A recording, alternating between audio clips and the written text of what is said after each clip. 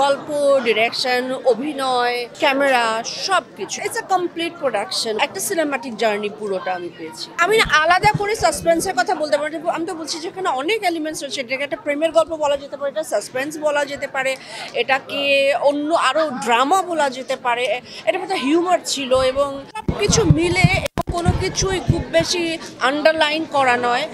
It's a complete cinematic journey. ছবি তো আসলে সব কিছু মিলে ছবি, কিন্তু আমি যদি আলাদা অভিনয়ের জায়গা থেকে বলি আর কি, মানে অভিনেতা হিসেবে আমি আসলে না এই ধরনের সিকোয়েন্সগুলোতে কাজ করতে চাই, যেখানে এক থেকে আমরা অনেক লম্বা লম্বা সিকোয়েন্স করব।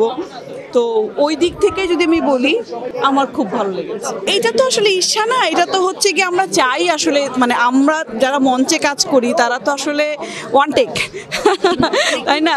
ছবি, নাটক এগুলো তো আসলে বিষয় না, বিষয়টা হচ্ছে ভালো কাজ করতে চাই।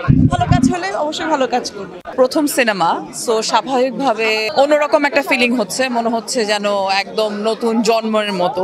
যদিও এই কাজটি আমার পরে এসছে, কিন্তু আমার প্রথম কাজ বেসিক্যালি কামব্যাকের প্রথম কাজ ছিল শামা কাব্য, 2022-এ করেছি। আর এখন যখন সবাই ফিল্মটা ভালো লেগেছে বলছে, তখন খুশিটা আসলে দ্বিগুণ হয়ে গেছে। তবে আমি জানি না আমি কেমন করেছি, কারণ আমার নিজের কাজ দেখতে খুব উইয়ার্ড লাগে নিজের, আই ডোন্ট নো ওয়াই, আমার একদম আরাম লাগে না। বাট সবাই বলছে ভালো হয়েছে, ভালো করেছি, সো সেই জন্য ভালো লাগছে। আমরা দেখবেন সিনেমা দেখতে গেলে এইটা ভালো লাগে তো ওটা ভালো লাগে না, ওটা ভালো লাগে তো এটা ভালো লাগে না। আর সবচেয়ে গুরুত্বপূর্ণ যে বিষয়টা, ম্যাক্সিমাম সিনেমাতে কিছু মূল চরিত্র, বাকিগুলো গেটিস থাকে। এটা দেখবেন অভিনয়ের জায়গা আসলে, কারণ ম্যাক্সিমাম অভিনয় শিল্পীরাই এখানে কাজ করেছেন, জাদ্রেল অভিনয় শিল্পীদের দিয়ে কাজ করা। আসলে মূল কথা হচ্ছে যেখানে সৌদ ভাই, সুবর্ণা আপু দুজন আছেন, এখানে তো আসলে কাছাকাছি হওয়ার কথা না। বেশ অসংখ্যবার দেখেছি, স্ক্রিপ্ট পড়ার সময় দেখেছি, শুটিং করার সময় দেখেছি, তারপর নিজেরা দেখেছি, আজকে প্রথম দর্শকদের সাথে দেখেছি। নিজের অভিনয় দেখতে গেলে আনইজি লাগে, খুব অস্বস্তি লাগে, যে মনে হয় ঠিকঠাক করেছি কিনা। আমাকে যখন প্রথম বলে যে একটা চরিত্রটা উপস্থিতি ছোট, কিন্তু তোমার উপস্থিতিটা দর্শককে অন্য একটা মাত্রা দেবে, তা আমি বুঝতে পারিনি যে কতটা আমি দিতে পারবো। এখন আপনারা বলবেন আমি কতটা দিতে পেরেছি। হ্যাঁ, ভালো লেগেছে, এক কথায় ভালো লেগেছে। মানুষ শান্তির পিছনে ঘুরে বেড়ায় না, শান্তি চায়। আর আমার মনে হয় শান্তিটা হচ্ছে ঘুম, আর জেগে থাকাটা হচ্ছে যন্ত্রণা। এইটুকুই বলবো, আর কিছু বলবো না। দেখতে হবে ছবিটাকে, ভালো লেগেছে। আমার কথা যে সবগুলো চরিত্রে ভালো, তো নায়িকার হাসিটা বেশি ভালো লাগছে আমার কাছে, খুব হাসতে পারে, ওইটুকু ভালো লাগছে ভীষণ। ওর হাসিটা না আমার মন কেড়ে নিয়েছে। ব্যালেন্স ইমব্যালেন্স সিচুয়েশন নিয়ে করা গল্পগুলো, আসলে এই জনের কাজগুলোকে ডিল করা খুবই টাফ, এবং আবার সহজভাবে উপস্থাপন করা এটা আরেকটা চ্যালেঞ্জ।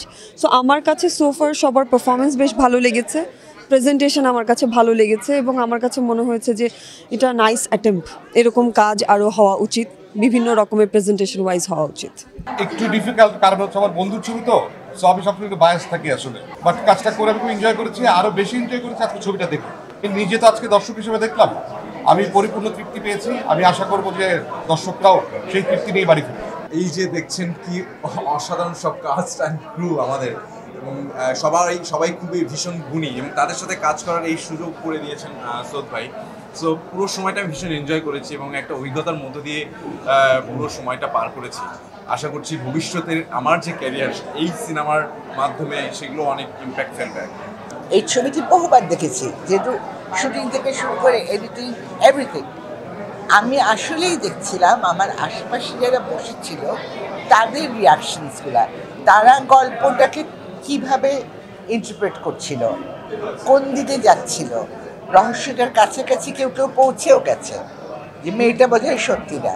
আমি এগুলো এনজয় করছিলাম।